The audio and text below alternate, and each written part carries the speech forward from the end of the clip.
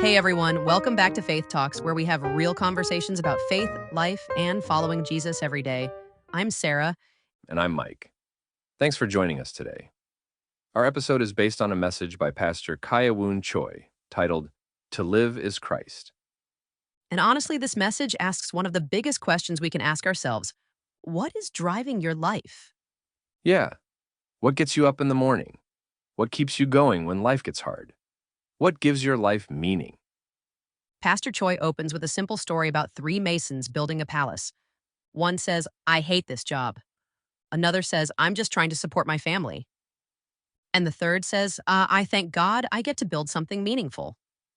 Same work, different attitude. That really sets up the whole message because Paul had a completely different attitude toward life. Most people would look at Paul's life and say, this is miserable. But Paul looked at his life and said, For to me, to live is Christ, and to die is gain. One thing Pastor Choi points out is that Paul suffered constantly. He was beaten, imprisoned, shipwrecked, hungry, exhausted, rejected, you name it. Honestly, if most of us experienced even a fraction of what Paul went through, we'd probably want to quit. But Paul didn't. Why? Because his circumstances did not define him. Christ did. That's such an important distinction. Our culture often says, you are your success. You are your comfort. You are your achievements. But Paul says, no, I belong to Christ. One of my favorite illustrations in the message is called the crushed can. An empty soda can collapses under pressure, but a sealed can can withstand pressure because something inside is holding it up. That's such a powerful picture. Paul survived enormous pressure because Christ strengthened him internally.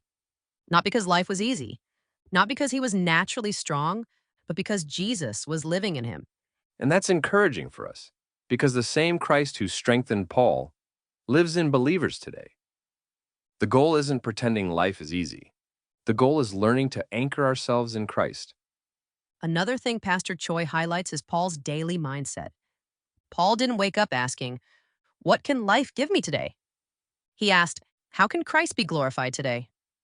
That changes everything, because suddenly life becomes less about self-promotion and more about purpose. Pastor Choi shared something a minister once taught him to pray in the morning. What are we doing today, Lord? I love that. Not, God, help my plans succeed. That's it. But, Lord, what are we doing today? That's a surrendered life. Paul also had an incredible ability to keep moving forward. In Philippians 3, he says, forgetting what lies behind and reaching forward to what lies ahead. Pastor Choi used another great illustration, the windshield and the rearview mirror. The windshield is bigger because forward direction matters more than looking backward. And honestly, a lot of people get spiritually stuck because they live in the rearview mirror.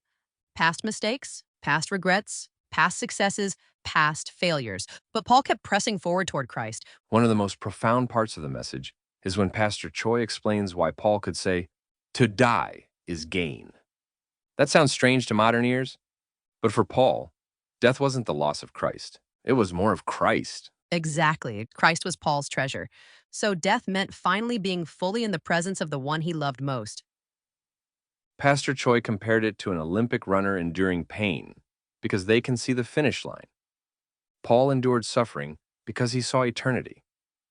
Near the end of the message, Pastor Choi gives this simple but powerful illustration. A clock tells you what time it is, a compass tells you where you're headed.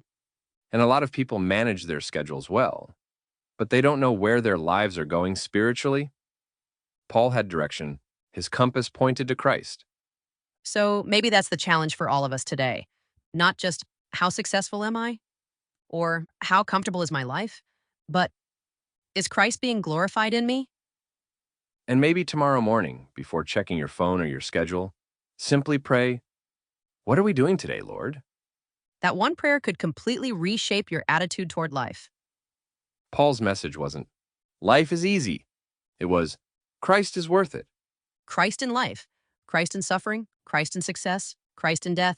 For to me, To live is Christ, and to die. is gain. Thanks for joining us today on Faith Talks. And special thanks to Pastor Kaya-Woon Choi for the message that inspired today's conversation. We'll see you next time.